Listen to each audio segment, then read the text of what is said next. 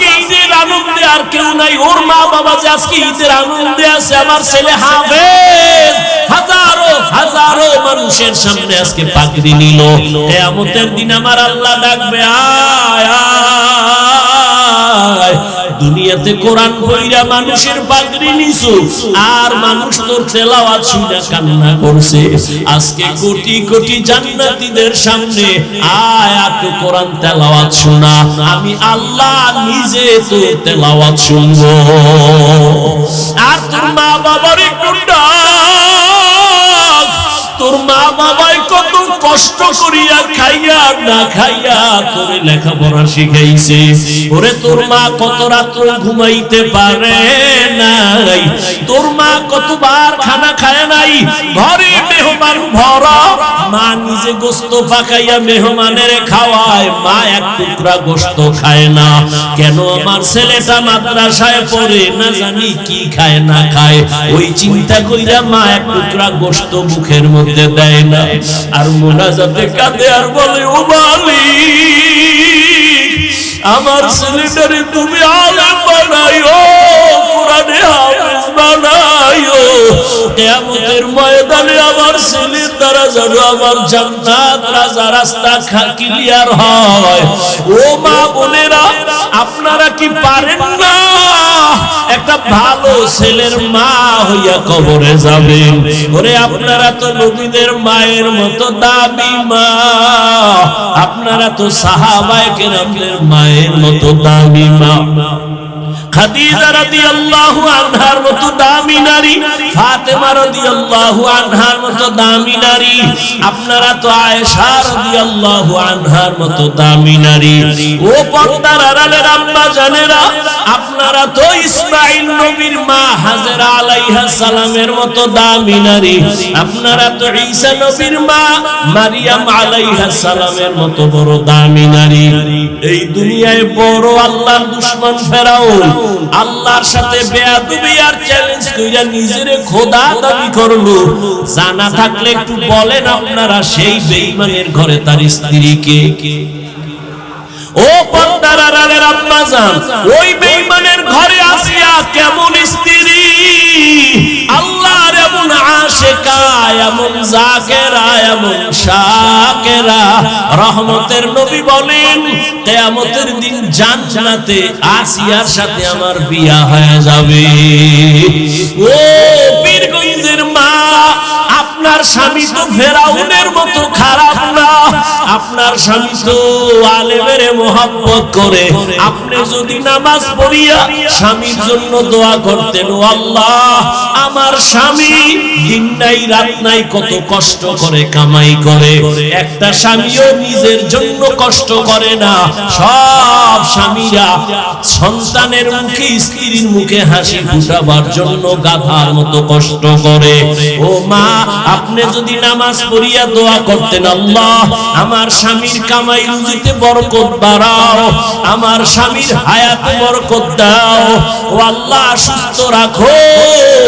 আর ঘরে আসার পরে যদি হাসি মুখে বুঝাইতেন, ও স্বামী, আমিও নামাজ পড়ি, তুমিও নামাজটা ধইরা ফালাও। আর জীবনে আমার একটা আবদার, একটা দাবি, আমি আমার মা বাবার মায়া আর আদর চাইরা তোমার ঘরে আসছি রে স্বামী। তোমার কাছে আমার জীবনের একটা দাবি, জীবনে কোনোদিন অবৈধ আর হারাম টাকা ঘরে ঢুকাইবা না।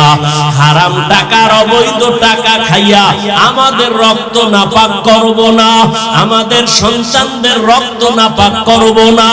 এরে আম্মা জান, স্বামীটাকে যদি বুঝাইতে, আপনার স্বামী জীবনেও অবৈধ হারাম টাকা ঘরে নিত না, 5 ওয়াক্ত নামাজ পড়তো। ও আম্মা জানেরা, আপনার মতো কত মা এখনো খুঁজলে পাবেন, নামাজ ছাড়ে না, বেপরদায় চলে না, মোবাইলে চরিত্র বিক্রি করে না, স্বামীর মাল হেফাজত করে। আপনারা কেন পারবেন না? এখনো কি তওবা করবেন না রে মা? কয়দিন আর দুনিয়াতে বাহাদুরি করবেন? সময় আছে, তওবা করে নেন। আপনার সন্তান সন্তানটারে ডাক্তার বানাইয়েন, আপনার সন্তানটাকে ইঞ্জিনিয়ার বানাবেন, ধন্যবাদ, দোয়া করি। আপনার সন্তানকে প্রফেসর বানাবেন, আলহামদুলিল্লাহ।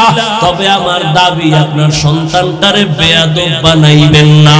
আপনার সন্তান কোনোদিন যেন মা বাবার সাথে বেয়াদবি না করে, কোনোদিন শিক্ষকের সাথে যেন বেয়াদবি আচরণ না করে। আপনার সন্তান কোনোদিন যেন আলেমদের সাথে বেয়াদবি না করে। তাহলে ডাক্তার হলেও আপনার জীবন সফল, ইঞ্জিনিয়ার হলেও জীবন সফল। এরে আম্মা জান, সন্তানটারে যদি মাঝে মাঝে বুঝাইতেন, রে বাবা, আমি তোর মা, জীবনে তোরে নিয়ে কম কষ্ট করি নাই। আমার জীবনের তোর কাছে আমার আবদার, জীবনে মিথ্যা কথা বলবি না, কারো হক নষ্ট করবি না, কারো সাথে খারাপ ব্যবহার করিয়া বরদোয়া নিবি না। যদি সন্তানের বুঝাইতেন, ডাক্তার হইয়া ও সন্তান অনেক দামি হয়ে যাইত। ওই আল্লাহর ওলি এই যুবক আর যুবতীর সাথে বিবাহ করায় দিল। এবার মনের মতো বউ পাইছে ভাই, আবার মহিলাটাও মনের মতো একজন স্বামী পাইল। আজান হলেই তো পাগল হয়ে যায় দুজন, দুনিয়ার সব কাজ বাদ, নামাজে দাঁড়াও, আবার নামাজের পরে আমল তেলাওয়াত, এভাবে আমল শুরু করলো। ফজরের সময় স্বামী যদি আগে উঠে, স্ত্রীকে ডাক দেয়, উঠো নামাজ আদায় করো। আবার স্ত্রী যদি আগে উঠে, স্বামীকে ডাক দেয়, উঠো নামাজ পড়ো। নামাজ পড়িয়া দুজনের একটা চাওয়া আল্লাহর কাছে। স্ত্রীও কাঁদে আর কয়, স্বামীও একই দোয়া করে, আল্লাহ মনের মতো স্বামী পাইছি, স্ত্রীও পাইলাম, দুইজনে এখন বাগান সাজাবো। পাহারা দেওয়ার জন্য বাগানটাকে নেককার একটা ছেলে দান করো। দুইজনের দোয়া কবুল হতে চলছে, এক হাতে তালি বাজে না, বিনা বাতাসে পানি নড়ে না। ঠিক স্বামী আর স্ত্রীর মন যদি এক না হয়, ওই বাগানে কোনোদিন ফুল ফোটে না। স্ত্রীর মনও এক, স্বামীর মনটাও এক। দুইজনে কান্না করে দোয়া করতেছেন, হে মালিক, নেককার সন্তান দিও। আল্লাহ এমন একটা সন্তান তাদের দান করলেন। এই সন্তান দুনিয়াতে আসা মাত্র ডান কানে আজানের আওয়াজ, বাম কানে ইকামতের আওয়াজ। 7 দিনের দিন চুল ফালায় একটা সুন্দর নাম রাখছে। নাম রাখার পরে এবার সন্তানটারে আদব শিক্ষা দিতেছে। আদব শিক্ষা দিয়া এমন একটা আদর্শের সন্তান মা বাবা উপহার দিয়া গেল। ইতিহাসের পৃষ্ঠা যদি খুলো বাবারা, নামটা দেখবা স্বর্ণাক্ষরে লেখা। গুগলে সার্চ দিয়া বাসায় গিয়া বাইর কইরো, ওই দুইজনার মিলন মেলার বাগানের ফুটন্ত গোলাপ এমন এক সন্তান। বীর যোদ্ধা হইয়া ঈমানের পাওয়ার নিয়া বাইতুল মুকদ্দাসে গেলেন।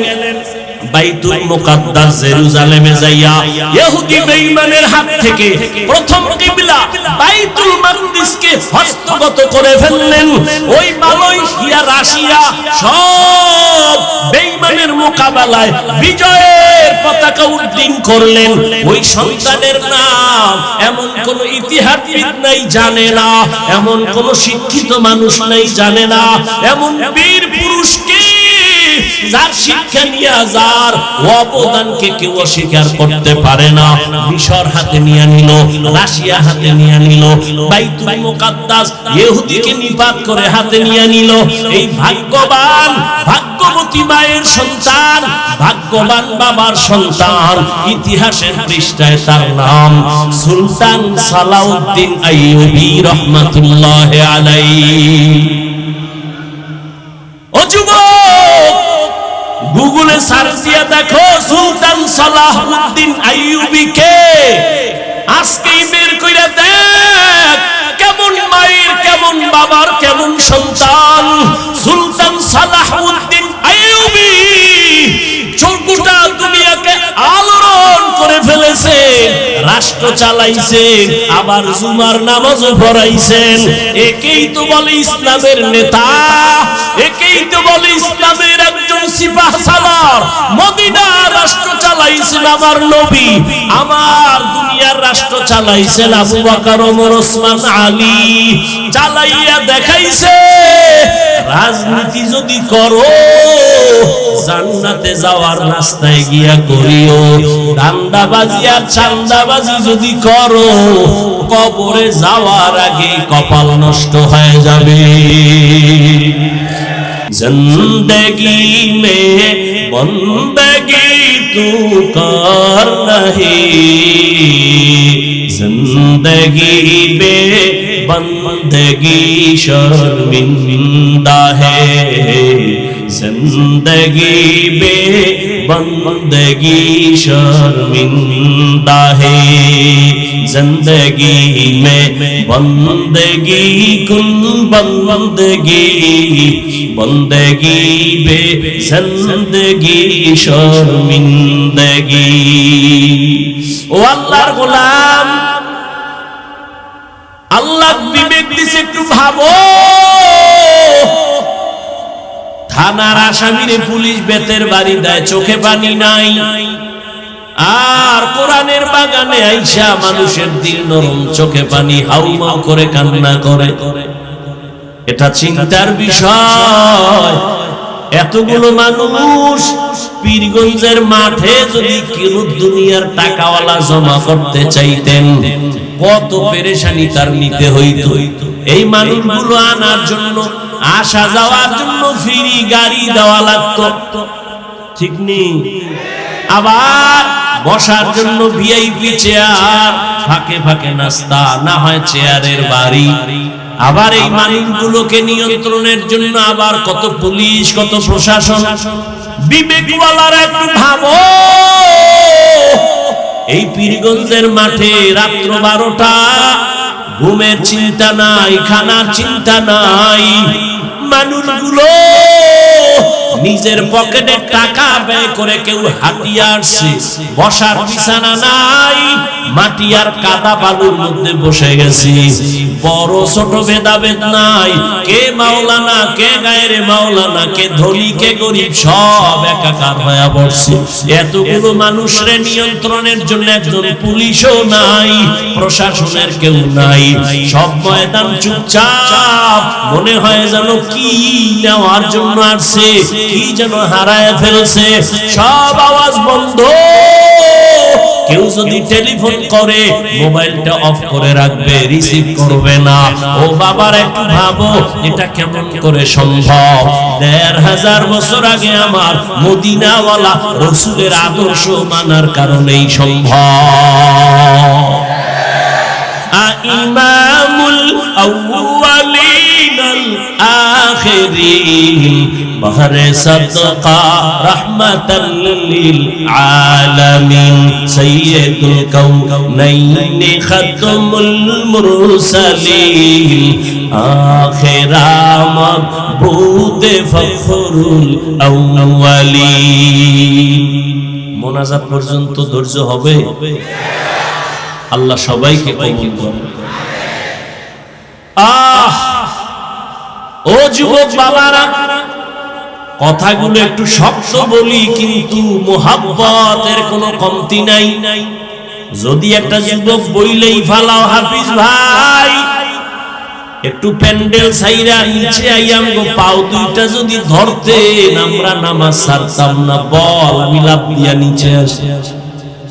ও বাবা, জীবনটা এভাবেই চলে গেল, রাত নাই দিন নাই, পাগলের মতো সারা দেশে দৌড়াই। ফজরের পরে বয়ান, জোহরের পরে বয়ান, সারা জিন্দেগি কিসের রৌদ্র আর বৃষ্টি। পাও ধইরা ধইরা বয়ান করি, মনে হয় যেন তোমার টাকার কেনা আমি গোলাম। আবার ফাঁকে ফাঁকে মাপ চাই, কষ্ট পাই চলি রে বাবা, মাফ কইরা দাও। আবার মোনাজাতেও ক্ষমা চাই। এত নরম হইয়া কেন বুঝাই? তুমি তো আমারে বেতন দাও না, বরং তুমি আমার বিরোধিতা করো, ফেসবুকে লেখো, ফাঁকে ফাঁকে গালি দাও, এরপরও একটা গালির জবাব দেই না রে বাবা। এর একমাত্র কারণ মদিনাওয়ালা নবীর আদর্শ কলিজায় লালন করি। আমার নবী আর আসবে না, এই উম্মতের নবীর আদর্শের বয়ান আলেমরাই করতে হবে। একটা মানুষ যদি দিনের লাইনে চলে আসে, জীবনের কষ্ট সার্থক হয়ে যাবে। ও পর্দার আড়ালের আম্মা জানেরা, বোনেরা, না খাইয়া কষ্ট করে আম্মা জান এই ঠান্ডার ভেতরে আপনারা কত কষ্ট করে আসছেন, দেওয়ার মতো কিছুই নাই। তবে কলিজাটা দিয়া দোয়া করব, আমি হাফিজুর রহমানের দোয়া কবুল হবে না, কিন্তু এই মাঠের মধ্যে বহু আল্লাহর গোলাম আছে যাদের দোয়া কবুল না হয় ছাড়বে না। ওরা যদি আমিন কইয়াই দেয়, দোয়া কবুল হয়ে যাবে। দোয়া করব, হে মালিক, আমাদের হাতে দেওয়ার কিছু নাই, ও আল্লাহ তোমার কাছে কোনোটার অভাব নাই, তুমি কিছু দেওয়ার না দাও, আমার মুরব্বী, আমার বয়োজ্যেষ্ঠ যারা, আল্লাহ এদেরকে ইব্রাহিম নবীর আদর্শওয়ালা জীবন দান করেন। আমার কলিজার প্রত্যেকটা যুবকের ইসমাঈল নবীর আদর্শওয়ালা জীবন দান করেন। আমার পর্দার আড়ালের মা বোনদের আল্লাহ পাক হাজেরা আলাইহিস সালাম আর নবীর মেয়ে ফাতেমার আদর্শ দান করেন, বলেন আমিন। আল্লাহ শপথ করলেন এখানে না, আরো অনেক জায়গায়, ওয়াত্তিন ওয়াজ্জাইতুন ওয়া তুরি সিনিন ওয়া হাযাল বালাদিল আমিন ওয়াস সামাই যাতিল বুরুজ ওয়াল ইয়াউমিল মাউউদ ওয়া শাহিদিন ওয়া মাশহুদ ওয়াদ দুহা ওয়াল লাইলি ইযা সাজা মা ওয়াদ্দাআকা রাব্বুকা ওয়া মা ক্বালা লা উকসিমু বিয়াউমিল কিয়ামাহ ওয়া লা উকসিমু বিন নাফসিল লাওয়ামা। আল্লাহ পাক বারবার কসম করেন, তিনের কসম, জৈতুনের কসম, তুরে সিনার কসম, নিরাপদ শহর মক্কা নগরীর কসম।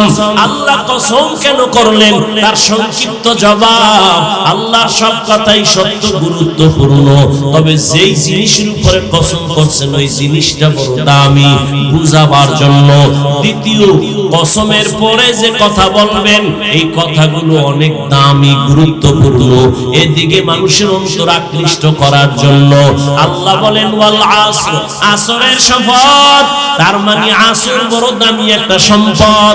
এই আসরটাকে যারা মূল্যায়ন করবে, কাজে লাগাবে, এরা দুনিয়ায় বাদশা, পরকালেও বাদশা।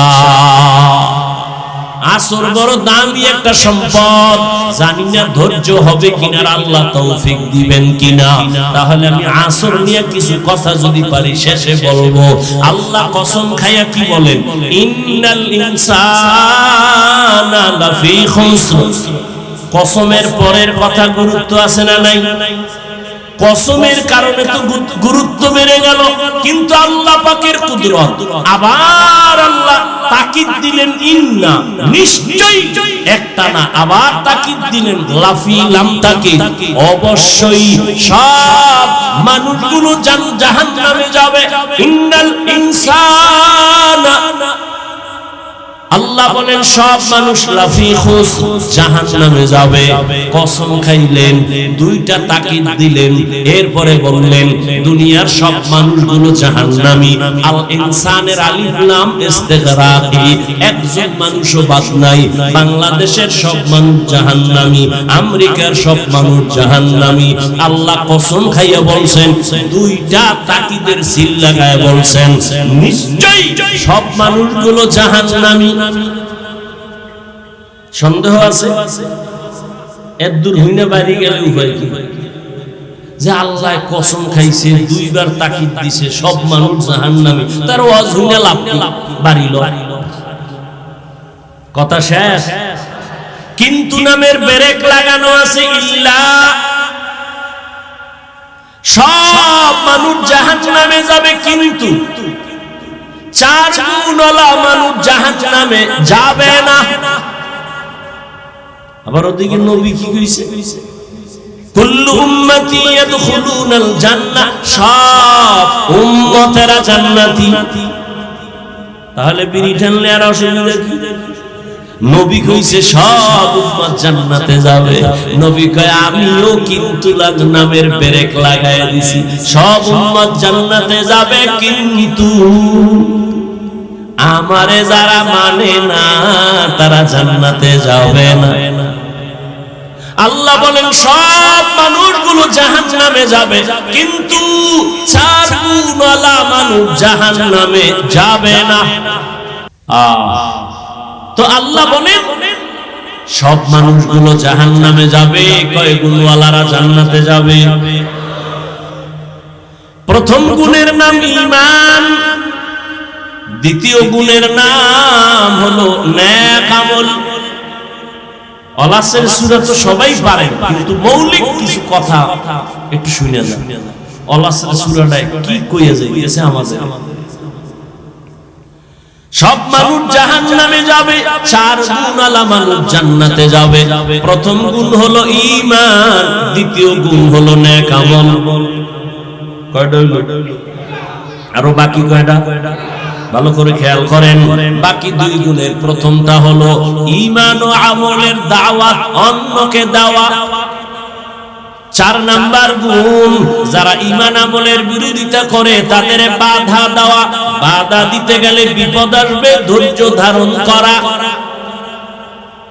তার মানে সহজ কথা, ঈমান আমলের দাওয়াত দাও, এর নাম তা'মুরুনা বিল মা'রুফ, অন্যায়ের বাধা দাও, ওয়া তানহাউনা আনিল মুনকার। এবার ভাগ করতেছি। 4 গুণের প্রথম 2টা ঈমান আর নেক আমল, এই 2টা গুণ হলো আল্লাহর হক। কার হক? বাকি 2টা গুণ হলো বান্দার হক।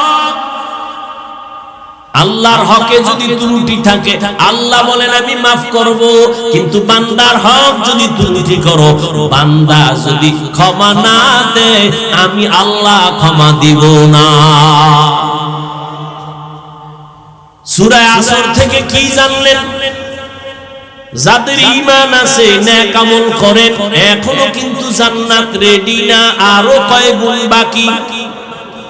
ঈমান আনছেন, নেক আমল করেছেন, মাত্র 2টা আল্লাহর হক, আরো 2টা গুণ আপনার বাকি আছে। ঈমান আমলের দাওয়াত অন্যকে দিবেন, যারা উল্টা পাল্টা করে বাধা দিবেন, ভালো কাজের আদেশ দিবেন, অন্যায় বাধা প্রদান করবেন অন্যকে। এখন দাওয়াত দিবেন, তাও সিস্টেম আছে। অন্যায় একজনে করে, তারে বাধা দিবেন কেমনে, তারও নিয়ম আছে, মন গড়া না। এলাকায় কোন এক বুজুর্গ আইছে, ঘাড়ের উপর একটা থাপ্পড় দিয়ে যদি কোন কিও হুজুর জিকির টিকির ঠিক মতো করেন, এটা আদব হবে? আদব হবে না। একজনে অন্যায় করে, লাঠি দিয়ে আগে ফিডাফিডি শুরু করবেন। ইসলাম এটাকে বলে, ইসলাম বলে শাসন করো, শোষণ করবা না। শাসন করার নাম ইনসাফ, শোষণ করার নাম জুলুম। ও স্বামী, আল্লাহ পাক 2 দায়িত্ব, আল্লাহর হক, ঈমান আর নেক আমল। এই 2টা দায়িত্ব যারা পালন করেন তারা শুধুমাত্র আল্লাহর হক আদায়ের রাস্তায় আসছেন। বাকি 2টা গুণ আছে বান্দার হক। ঈমান আমলের দাওয়াত দিবেন, যারা ঈমান আমলের লাইনে নাই, অন্যায় করবে, বাধা দিবেন। এই 2টা গুণ যাদের এখনো নাই, আপনার জান্নাত এখনো পূর্ণ রেডি হয় নাই। এখন কথা হলো ঈমান আর আমলের দাওয়াত অন্যকে দিবেন, অন্যকে। এবার অন্যের বয়ান শুনেন। ইয়া আইয়ুহাল্লাযীনা আমানু কু আনফুসাকুম ওয়া আহলিকুম নারা ওয়াকুদুহান নাস ওয়াল হিজারা আলাইহা মালাইকাতুন গিলাযুন শিদাদুন লা ইয়াসুনাল্লাহা মা আমারাহুম ওয়া ইয়াফআলুনা মা ইউমারুন।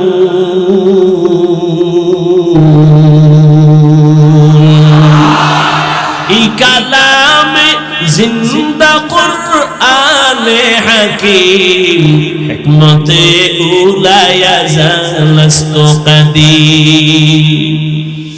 আল্লাহ কয় মুমিন জাহান্নামের আগুন থেকে নিজেকে বাঁচাও, তোমার আহালকে বাঁচাও। আল আসরে সূরার আলোচনাগুলো শুনেন। জাহান্নাম থেকে নিজেকে বাঁচাও, এটা এক নাম্বার দায়িত্ব। দ্বিতীয় দায়িত্ব তোমার আহালকে বাঁচাও। তৃতীয় দায়িত্ব তোমার সমাজের বাঁচাও। 4 নাম্বার দায়িত্ব উম্মতের বাঁচাও। এবার কে কারা হাল? সন্তান মা বাবার হাল। ও মা বাবা, জাহান্নাম থেকে নিজে আগে বাঁচেন, সন্তানকে বাঁচান। স্বামী স্ত্রী আপনার আহাল। ও স্বামী, জাহান্নাম থেকে আপনি আগে বাঁচেন, আপনার স্ত্রীকে বাঁচান। ও ইমাম ও খতিব সাহেব, মুসল্লি আপনার আহাল। আপনি জাহান্নাম থেকে আগে নিজেকে বাঁচাবেন, এরপরে মুসল্লিদেরকে বাঁচাবেন। ও আল্লাহর গোলাম, ও এলাকার মেম্বার কমিশনার, ওয়ার্ডের মানুষকে আগে নিজে বাঁচেন, ওয়ার্ডের মানুষকেও জাহান্নাম থেকে বাঁচান। ও চেয়ারম্যান সাহেব, আপনি ইউনিয়নবাসীকে বাঁচাবেন, আগে আপনিও বাঁচবেন। ও এমপি সাহেব, আপনিও জাহান্নামের আগুন থেকে বাঁচেন, আপনার সদস্য যারা আপনার আসনে তাদেরও বাঁচাবেন। সরকার প্রধান, আপনিও জাহান্নাম থেকে বাঁচেন, আপনারা হাল পুরা দেশবাসী এদেরকেও বাঁচান। উলামায়ে কেরাম জাহান্নাম থেকে বাঁচবেন, গোটা দুনিয়ার উম্মত আপনারা হাল। উম্মতেরও বাঁচাবার দাওয়াত দেন, চেষ্টা করেন। মা বাবা সন্তানের হক আদায় করেন। অনেক মা বাবা কান্না করে, সন্তান আমার হক আদায় করে না। আমি বলি আব্বা জান, আম্মা জান, সন্তানের হক আদায় করছেননি? ঈমান আমল নিজে আনছেন, সন্তানের দাওয়াত দিছেননি? ও স্বামী, ঈমান আমল আনছেননি আর স্ত্রীকে দাওয়াত দিছেননি? কয় দেওয়ার রাস্তাই তো নাই, বিয়া করছি ডানা কাটা ভরি। এরকম এক ভেজাল লাগিয়ে গেছে। বাঘের বাচ্চা যারে শয়তান ভয় পায়, 27 বছরের যুবক ওমরের আদালত। বাবাই গিয়া দাঁড়ায় বলে, আমার সন্তান আমার হক আদায় করে না। ওমর তো ওমর, কথার আগে তরবারি রেডি। তুমি ছেলের বিরুদ্ধে বিচার দিলা, ছেলে কই? বাড়ি। না, আমি বাদী আর বিবাদী দুজন লাগবো, ডাকাও। ছেলেরে ডাকে, তুই বাবার হক আদায় করো না কেন? ও কাঁপতেছে আর কয়, খলিফাতুল মুসলিমিন, বেয়াদবি মাফ করবেন, আমার কি কথা বলার অনুমতি আছে? কয় আছে। বলো। বলে আমার হক আব্বার উপরে, আমার মা বাবার পক্ষ থেকে কি আমার উপরে কোনো হক আছে? বলে আছে। জানতে পারি? বলে পারো। ওমর বলে 1 নাম্বার হক। বলবো? এরে আব্বা জান, আম্মা জান, 1 নাম্বার আপনার হক, ভালো মা একজন ঘরে আনবেন। কি মা? ভালো মা কই পাবেন? বলে পার্কের গোড়ায়। হ্যাঁ, শহরে বাজারে দেখো নারীদের ঢল, পর্দাবিহীন তারা করে ঝলমল, অন্যকে তার দিকে আশিক বানায়, অন্যকে তার দিকে আশিক বানায়। দেশটায় আজি ধ্বংস নারীর বেপরদায়, সবার মুখে একই আওয়াজ, হায় হায় হায়। এরে আল্লাহর বান্দা, ভালো করে বুঝো। ওমরে ফারুক বলেন 1 নাম্বার হক, ভালো মা ঘরে আনবে। ছেলে ডাক দিয়ে কয়, খলিফাতুল মুসলিমিন, আমার আব্বাই হক আদায় করে নাই, ভালো মা ঘরে আনে নাই, দানা কাটা ভরি নিয়ে আসছে। দানা কাটা ভরির মানে কি? ও ঘরে আইয়া শুধু দানা কাটবে। ঘরের মধ্যে আইয়াই কয়, তোর বাবার ব্যবহার ভালো না, দানা খারাপ, এটারে বাদ দে। কিছুদিন পরে কয়, তোর মায়ের দানাও ভালো না, বাদ দে। কয়, করবো কি? কয়, শহরে ফ্ল্যাট লইয়া শ্বশুর শাশুড়ি বাপ লয়ে গেছে ফ্ল্যাটে। এবার ছেলে একদিকে, বউ আর একদিকে দৌড়ায়। কিছুদিন খাইয়া এবার বউ কয় তোর ডানাও খারাপ, তোর কল্লা আর ডানা কাইটা আমি হিজরত করা শুরু করলাম। ঠিক নি?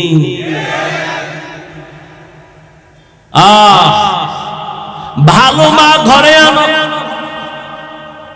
ভালো মা কেমন একটু বলি, ধৈর্য হবে তো। ছোট ভাই বিয়া করে ফেলেছে, বড় ভাই এখনো বিয়া করে নাই। ছোট ভাই একদিন ডাক দিয়া কয়, ও মিয়া ভাই আপনি বিবাহ করেন না কেন? মাইয়া ভাই নাই। দেশে কি মাইয়ার অভাব? যেমন মাইয়া চাই তেমন পাই না। খুব যুবকেরা শুনিস, তোকে কপালে বিয়া নাই। যেই পরিমাণ মোবাইলে অ্যাডভান্স হইয়া আছে, কপালে বিয়া নাই। আর যদি থাকেও তো বউ পাবি না, পাবি জল্লাদ। জুতা মোবারক দিয়া তোরে ভিড়াইয়া জাল মিলাইব বিয়ার সাথে। কয় না হুজুর টেনশন নাই, কোরআন শপথ করছে কোরআন। আমি কই মাইয়া যে কোরআন লইছে সিরিয়াল কত? কয় কেমনে কই? আমি কই তোর সিরিয়াল যত মাইয়ার দাও তো। তোর সিরিয়াল কত? কয় 3। 2 মাইয়ার পরে এটা 3। আমি কই মাইয়াও 2 ফলার পরে তুই 3। আল খবিসাত কথা কোন? হ্যাঁ, খবিসের সাথে খবিস। তেঁতুল গাছ লাগায় যদি কয় আল্লাহ 2টা আম দিও, হবে? কোনদিন? এক বেচারা দেহে আদরের ভোলা লইয়া কি সুমা খায় বাবা, আমি যদি একটা পাইতাম। এক হুজুরের দ্বারে গেছে, হুজুর অমুকে দেখি ছেলে লইয়া খুব আদর করে, আমারও মন চায় একটু যদি দোয়া করতো। যা 1 বছর লাগবে। ঠিক আছে, 1 বছর অপেক্ষা করছে, কি ছেলেও নাই মাইয়া। মাথা গরম হয়ে গেছে। আবার তোর হুজুর কি দোয়া করবো? ছেলে তো ভাই না, মাইয়াও ভাই। আপনাকে দোয়ায় বোধহয় অ্যাকশন নাই, পরের বাড়ি খান তো। হুজুর বলে আমাকে দোয়া ঠিক আছে, তুমি বিয়ে করছো? কয় না। বিবাহ না করে সন্তানের আশা করা যেমন বোকামি, মদিনাওয়ালা নবীর আদর্শ জবাই করিয়া শান্তির দোয়া করাটাও বোকামি। दुनिया में हो दुनिया का तलबगार न हो, बाजार से गुजर हो खरीदार न हो। ये दुनिया एक मिसल कागज फूल है, ये दुनिया एक मिसल कागज फूल है। जिंदगी में बंदगी तू कर नहीं, जिंदगी में बंदगी तू कर नहीं। जिंदगी बे बंदगी शर्मिंदा है, जिंदगी बे बंदगी शर्मिंदा है। বড় ভাই বলে মেয়ে পাই না বিয়ে করার মতো। ছোট ভাই মনে মনে ভাবছে একটা সম্ভ্রান্ত পরিবারের মাইয়া বোধহয় ভাই চায়, খোঁজ লাগায় পাইছে 1 কোটিপতির মেয়ে। ভাইকে বললেন, ভাই তোমার কপাল খুলছে, সম্ভ্রান্ত পরিবারের একটা মেয়ে পেয়েছি। এবার ভাই ডাক দিয়া কয় কেমন? কয় অনেক সুন্দরী রূপসী। কয় না, আমি গরিবের মেয়ে চাই। কয় কেমন? একটু খুইলা কও। এবার বড় ভাই কয় আমার ফাইনাল কথা, আমি একজন বউ এমন মাইয়া চাই, যেই মাইয়া আমার বউ হইয়া আমার ডান হাতটা ধইরা আমারে জান্নাতের দিকে নিয়ে যাবে। ছোট ভাই কয় মাপসাই তোর কপালে বিয়া নাই। বড় ভাই কয় শোন, আমার মাওলায় যদি কবুল করে সময় বেশি লাগবে না। পাগল হইছো কেন? তোর কপালে যদি বিয়া থাকে, মাইয়া তো আরো আগে আল্লাহ বানাইছে। পাগল হইছো? মায় কয় তোরে কোটিপতির সুন্দরী এনে দেবো, কেন আমার ভেতনি ভালা, আমার কোটিপতি লাগবে। এরপর কি করছে, ওটারে পাওয়ার জন্য আরেকজনের জবাই করছে। জবাই করে পরিণাম ফল কি হইল, মাইয়াও জেলে, এই ফলাও জেলে, শেষ ফল ফাঁসি। এখন কি দুনিয়া সেই এনালগ আছে নাকি? 5 বছর আগে অন্যায় করেছে, একটা মাইয়ার সাথে প্রেম করে মাইয়াটারে কোনো এক স্বার্থে পইরা মেরে ফেলেছে। জামালপুর বিশাল একটা অন্ধকার রাতে ধান খেতে কেউ নাই, 5 বছর পরে আসামি ধরা, আদালতে হাজির। এই তোর কথা আছে কোন? ডাক দিয়ে কয় জাস্টিসকে স্যার, আমার নিশ্চিত ফাঁসি হবে জানি, কিন্তু আমার প্রশ্ন 5 বছর আগে অপরাধ করেছি, কেউ জানেনি, আপনি জানলেন কেমন? মনে করছে আমি মাস্তানি করলে আমার দল বাঁচাবে, নেতা বাঁচাবে। অন্যায়ের একটা সীমা আছে, সীমা লঙ্ঘন হলে তোমার আপনটাও দুশ্মন হয়ে যায়। আর সার নেই, ফয়সালা আসমান থেকে যদি এসেই যায়, জমিনওয়ালারা ব্যর্থ। আল্লাহ হেদায়েত দান করুন। বড় ভাই বলল যদি আল্লাহ কবুল করেন সময় লাগবে না। এই বইলা বড় ভাই ধৈর্য ধারণ করেছে আর নামাজ পড়ে আল্লাহর কাছে দোয়া করেন, ও আল্লাহ তুমি আমার জীবনের ফুলের বাগান সাজাবার জন্য একটা নেককারিনী মেয়ে আমারে দিয়া দাও। দোয়া চলতেছে, অন্যদিকে খবর আসছে পাশের এক এলাকায় এক বুজুর্গ আল্লাহওয়ালা আসছে, মানুষ তার থেকে দোয়া নেয়। দৌড়ায় গেল, ফজরের নামাজ দিয়া বলেন হযরত আমি আপনার একটু নেক দোয়া নিতে আসছি, দোয়া করেন। ও বাবা বিয়া করছুনি? কয় না। কেন করো না? তোমার ভাই কয়জন? এইজন। কয় ছোট ভাই কি করে? কয় বিবাহ করে সন্তান হয়েছে। তুমি কেন করো না? বড় ভাই 2 ফোঁটা চোখের পানি ছেড়ে কয় হুজুর আমি এমন একটা মেয়েকে বিয়া করতে চাই যেই মেয়েটা আমার হাত ধইরা জান্নাতের দিকে নিয়ে যাবে। হবে কিনা জানি না, তবে আমার মাওলার কাছে দোয়া ফেরত যাবে না, চোখের পানি ফেরত যাবে না। হঠাৎ মসজিদের মধ্যে হুজুরে বসে বসে এই ভাইয়ের সাথে কথা বলে, জানালার বাইরে থেকে একটা আওয়াজ আসতেছে, কচি কণ্ঠে একটা কন্যা সালাম দিছে, আসসালামু আলাইকুম হযরত কেমন আছেন? আমি এই এলাকার এক গরিবের কন্যা সন্তান, আপনার একটু দোয়া নেওয়ার জন্য আসছি। অনেকে দোয়া চায়, আমিও দোয়া চাই। কি দোয়া চাও মা? বয়স কত? এত। কয় তোমার বিবাহ হয়েছে কিনা? কয় না। কেন তোমার বিয়া হয় না? বয়সের সীমানা তো পারায়া যাচ্ছে। মেয়েটা ডাক দিয়ে কয় হুজুর আমি আমার আল্লাহর কাছে দোয়া করতেছি এমন একজন স্বামী আল্লাহ যেন আমারে দেয়, আমার হাত ধইরা যেন জান্নাতে নিয়ে যায়। তোমার আমার কাছে অভাব, আমার মালিকের কাছে কোনটার অভাব নাই। হুজুর কয় রে যুবক, মাওলায় বুঝি তোর চোখের পানি কবুল করে ফেলছে, বিয়া করবিনি? বলে হুজুর আপনার দোয়া থাকলে আগাবো। হুজুর মধ্যে থাইকা এই মেয়ে ছেলের সাথে বিয়া করায় দিছে। এই যুবক নামটা শেষে করবি, বাসায় যেয়ে মোবাইল থেকে বের করবি, এই সান কফাইল্লা বলা ডাকে। আর তুই কে? কি অর্জন করেছ জীবনে? এখন যদি মরে যাও কথার কথা জানো তোর মা খুশি হবে? তোর কপাল এত খারাপ যে তুই এখন মরলে তোর শিক্ষক খুশি, হুজুরেরা খুশি। কেন? তোর চরিত্র আর ব্যবহারে মা বাবা শান্তিতে নেই। মনে মনে কইবে একটা বালা গেছে, বালিশে মাথা লাগায় ভাবিস যে আমার কপালটা এত খারাপ কেন?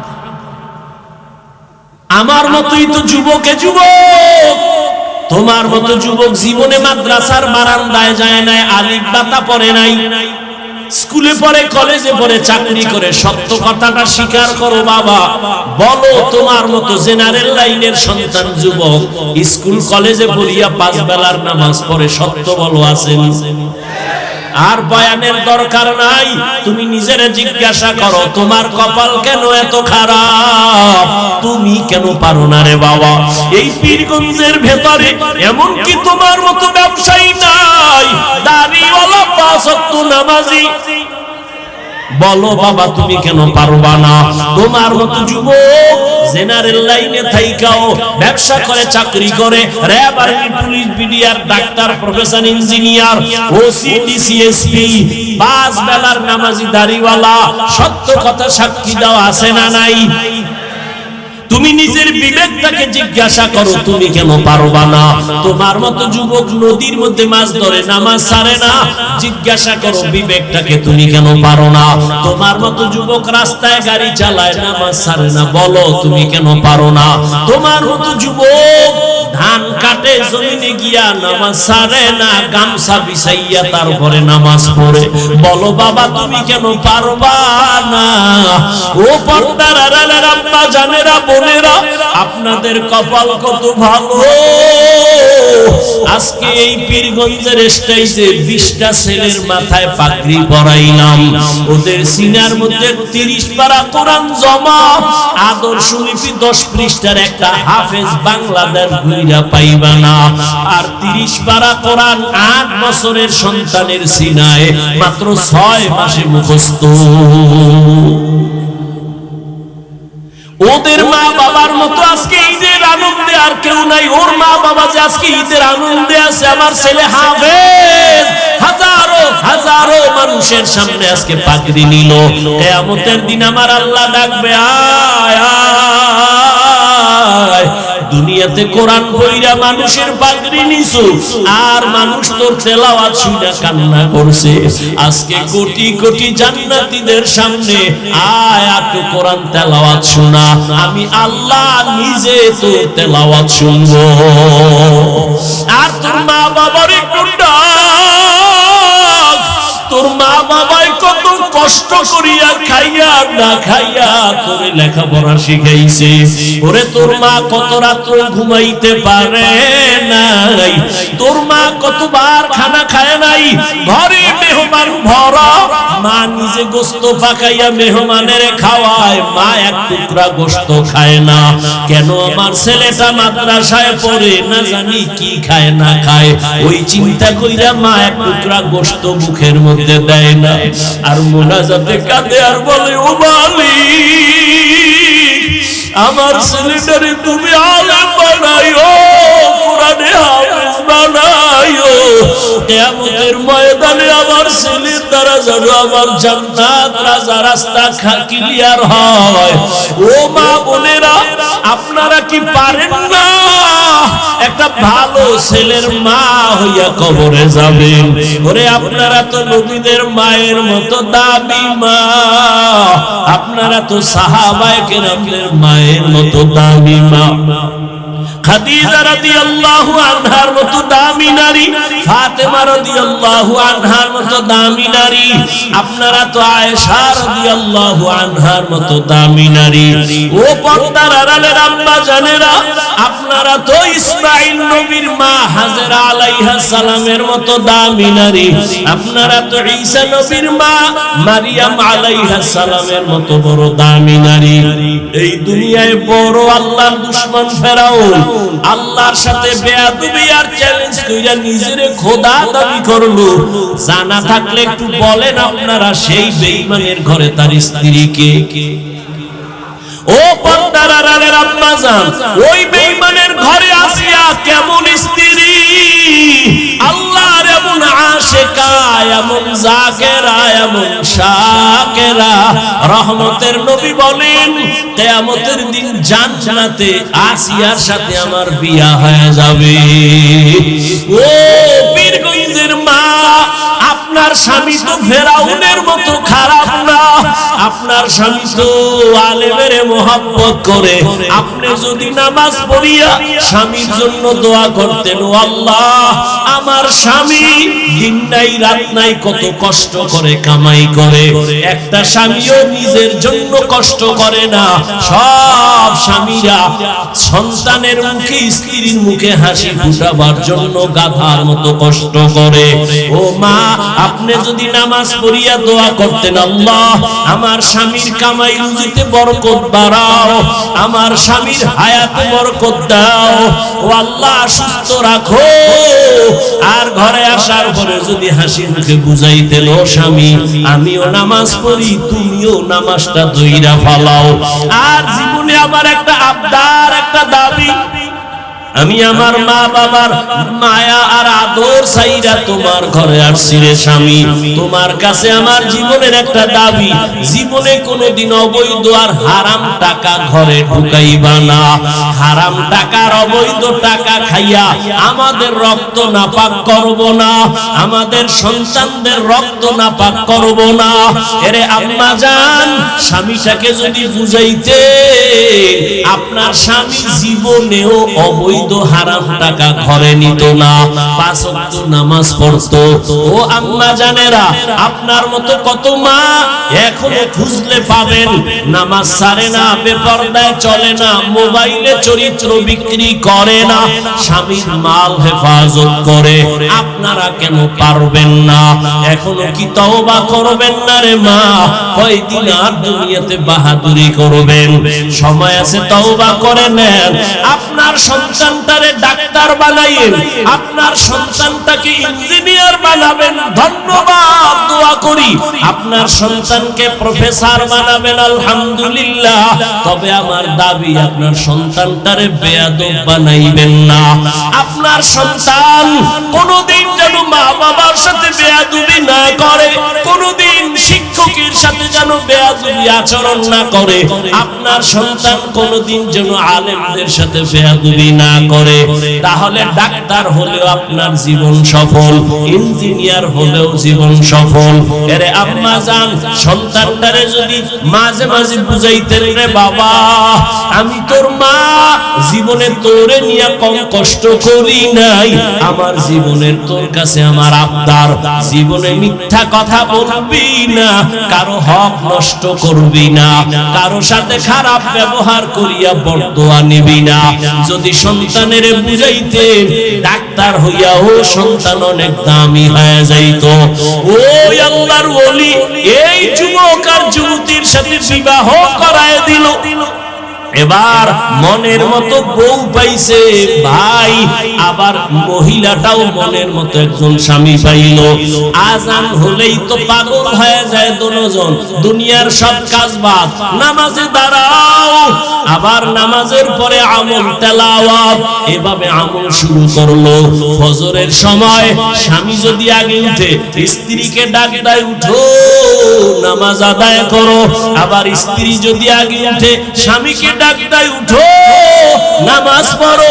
নামাজ পড়িয়া দুজনের একটা চাওয়া আল্লাহর কাছে, স্ত্রীও কাঁদে আর কয়, স্বামীও একই দোয়া করে, আল্লাহ মনের মতো স্বামী পাইছি, স্ত্রীও পাইলাম, দুইজনে এখন বাগান সাজাবো, পাহারা দেওয়ার জন্য বাগানটাকে নেককার একটা ছেলে দান করো। দুইজনের দোয়া কবুল হতে চলছে, এক হাতে তালি বাজে না, বিনা বাতাসে পানি নড়ে না। ঠিক স্বামী আর স্ত্রীর মন যদি এক না হয়, ওই বাগানে কোনোদিন ফুল ফোটে না। স্ত্রীর মনও এক, স্বামীর মনটাও এক, দুইজনে কান্না করে দোয়া করতেছেন, হে মালিক নেককার সন্তান দিও। আল্লাহ এমন একটা সন্তান তাদের দান করলেন। এই সন্তান দুনিয়াতে আসা মাত্র ডান কানে আজানের আওয়াজ, বাম কানে ইকামতের আওয়াজ। 7 দিনের দিন চুল ফালায় একটা সুন্দর নাম রাখছে। নাম রাখার পরে এবার সন্তানটারে আদব শিক্ষা দিতেছে। আদব শিক্ষা দিয়া এমন একটা আদর্শের সন্তান মা বাবা উপহার দিয়া গেল। ইতিহাসের পৃষ্ঠা যদি খুলো বাবারা, নামটা দেখবা স্বর্ণাক্ষরে লেখা, গুগলে সার্চ দিয়া বাসায় গিয়া বাইর কইরো, ওই দুইজনার মিলন মেলার বাগানের ফুটন্ত গোলাপ এমন এক সন্তান। বীর যোদ্ধা হইয়া ইমানের পাওয়ার নিয়া বাইতুল মুকদ্দাসে গেলেন। বাইতুল মুকাদ্দাস জেরুজালেমে যাইয়া ইহুদি বেঈমানের হাত থেকে প্রথম কিবলা বাইতুল মাকদিসকে হস্তগত করে ফেললেন। ওই মালয়েশিয়া, রাশিয়া সব বেঈমানের মোকাবেলায় বিজয়ের পতাকা উড্ডীন করলেন। ওই সন্তানের নাম এমন কোন ইতিহাসবিদ নাই জানে না, এমন কোন শিক্ষিত মানুষ নাই জানে না, এমন বীর পুরুষকে যার শিক্ষা নিয়ে যার অবদানকে কেউ অস্বীকার করতে পারে না। মিশর হাতে নিয়ে নিল, রাশিয়া হাতে নিয়ে নিল, বাইতুল মুকাদ্দাস ইহুদিকে নিপাত করে হাতে নিয়ে নিল। এই ভাগ্যবান ভাগ্যবতী মায়ের সন্তান, ভাগ্যবান বাবার সন্তান, ইতিহাসের পৃষ্ঠায় তার নাম সুলতান সালাউদ্দিন আইয়ুবী রাহমাতুল্লাহি আলাইহি। ও যুবক, গুগলে সার্চ দিয়ে দেখো সুলতান সালাউদ্দিন আইয়ুবী কে। আজকেই বের কইরা দেখ কেমন মায়ের, কেমন বাবার, কেমন সন্তান। সুলতান সালাউদ্দিন আইয়ুবী গোটা দুনিয়াকে আলোড়ন করে ফেলেছে, রাষ্ট্র চালাইছেন, আবার জুমার নামাজও পড়াইছেন। একেই তো বলে ইসলামের নেতা, একেই তো বলে ইসলামের একজন সিপাহসালার। মদিনার রাষ্ট্র চালাইছেন আমার নবী, আমার দুনিয়ার রাষ্ট্র চালাইছেন আবু বকর, ওমর, ওসমান, আলী। চালাইয়া দেখাইছে রাজনীতি যদি করো জান্নাতে যাওয়ার রাস্তায় গিয়া করিও, দান্দাবাজি আর চান্দাবাজি যদি করো কবরে যাওয়ার আগে কপাল নষ্ট হয়ে যাবে। রাজনীতি কইরা কি জান্নাতে যাওয়ার রাস্তা নাই? কথা বলেন না কেন? কপাল খারাপ। ব্যবসায়ী ভাই, ব্যবসার লাইনে থাইকা জান্নাতের পথ খুঁজো। ওই বেঈমান ফেরাউন এত বড় টাকার ক্ষমতার মালিক, তার ঘরের স্ত্রী আসিয়া আমার মাওলার এমন আশেকা হয়ে গেছে, দুনিয়ার থেকে বিদায়ের আগে জান্নাতের চেহারাটা আল্লাহ তারে দেখায় দিয়েছে। ও যুবক বাবারা, ও বৃদ্ধ বাবাজিরা, আপনাদের মতো কত বুড়া বাবারা হাতের মধ্যে লাঠি নিয়ে মসজিদে গিয়া 5 বেলার নামাজ পড়ে, আপনি কেন পারবেন না? ও যুবক, আমিও যদি তোমার মতো চিন্তা করিয়া আমি প্যান্ট শার্ট টাই লাগায়া দাড়ি কাইটা রাস্তায় ঘুরতাম, কেউ আমারে বাধা দিত না। এই টুপির কারণে মাথা গরম, দাড়ির কারণে যৌবনের ভাব চলে যায়, কম বুঝি না। লম্বা জামাটা পরার কারণে শরীরটা গরম লাগে, কম বুঝি না। এই আর 10 মিনিট সময় দিবা? ভালো করে বুঝো, আমি এখানে চেয়ারে বইসাই কিন্তু বলেছিলাম এখানে আসতেও কপাল লাগে, বসতেও কপাল লাগে। মা বাবার জন্য দোয়া কইরা যাইতো, বাবা কপাল লাগে। সবার কপালে দোয়া নসিব হয় না, সবার কপালে বেহেশতের বাগানে টিকে থাকা নসিব হয় না। হেদায়েতের মালিক আল্লাহ।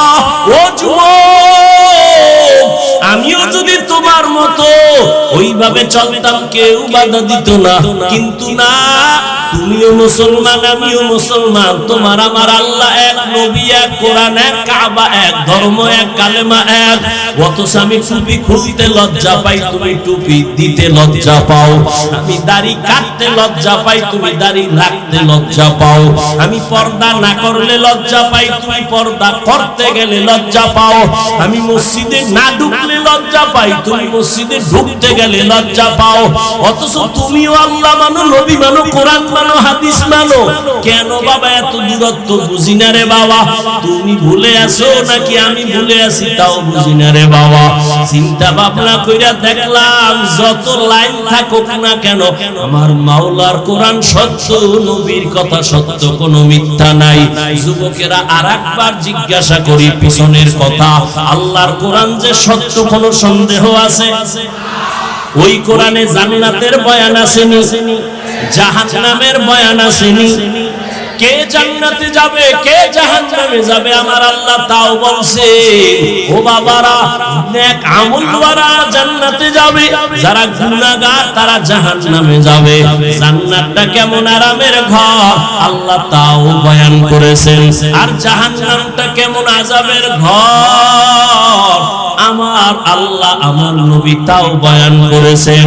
আম্মা জান আয়েশা রাদিয়াল্লাহু আনহা বলেন, আমি একদিন তাকায়া দেখি রহমতের নবী আমার রুমে বৈশা বৈশা গুনগুন করে কান্না করেন।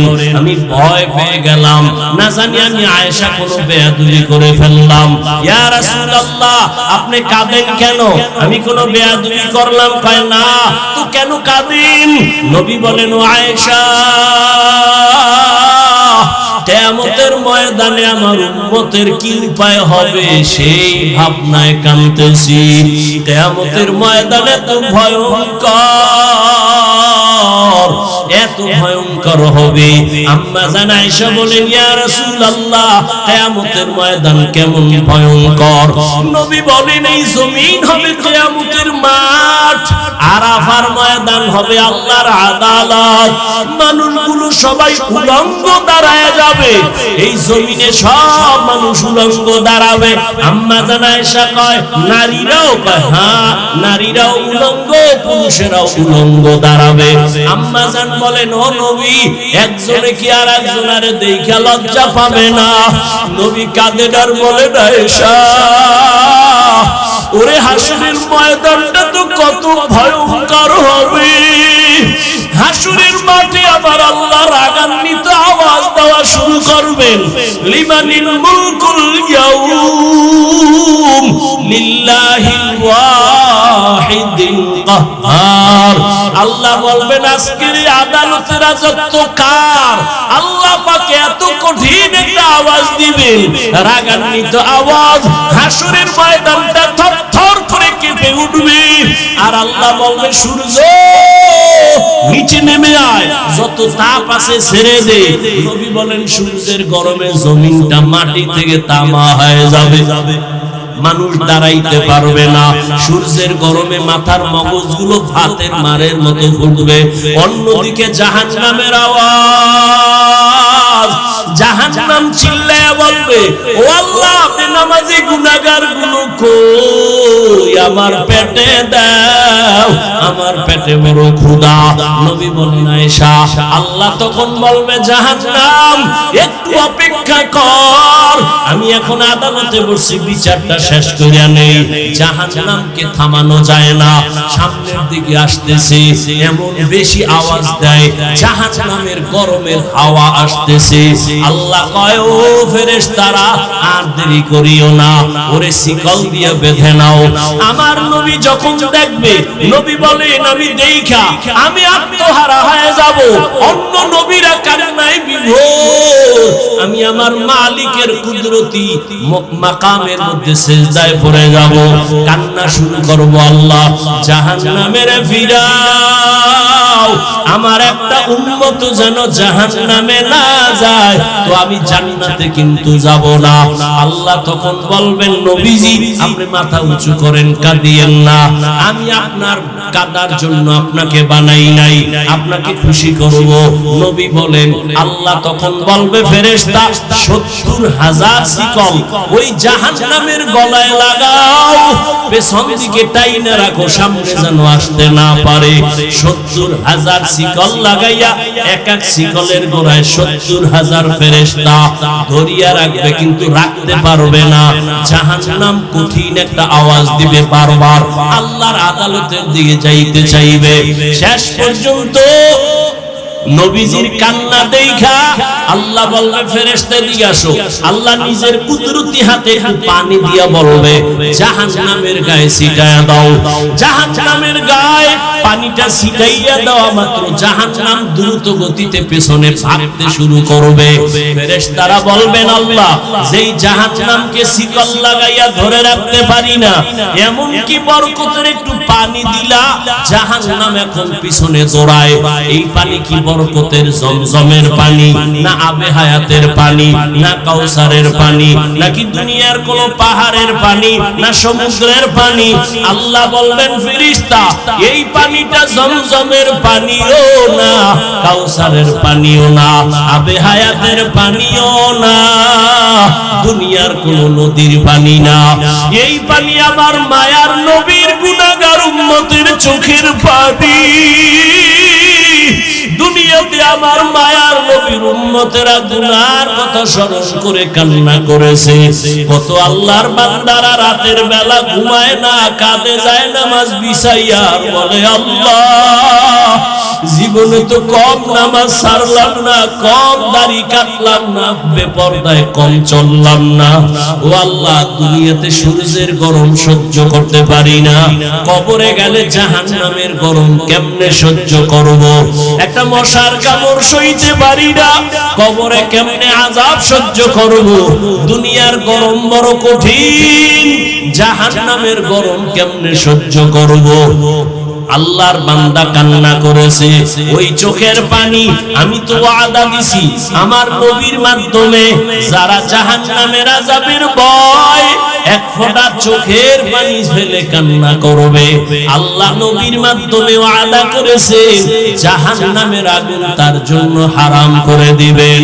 ও আল্লাহর বান্দারা, ও বাবাজিরা, ও মা বোনেরা, ও বৃদ্ধ বাবাজি, যুবক বাবারা, এত গুনাহ করার পরেও দেখো আজকে চোখে তোমার আমার পানি নাই, অথচ জান্নাতের টিকিট পাইয়া আবু বকরের চোখে কান্না, ওমরের কান্না, উসমানের কান্নার আওয়াজ, তোমার আমার সেই হিসেবে তো গলায় রশি লাগায় কান্না উচিত, অথচ চোখে পানি নাই।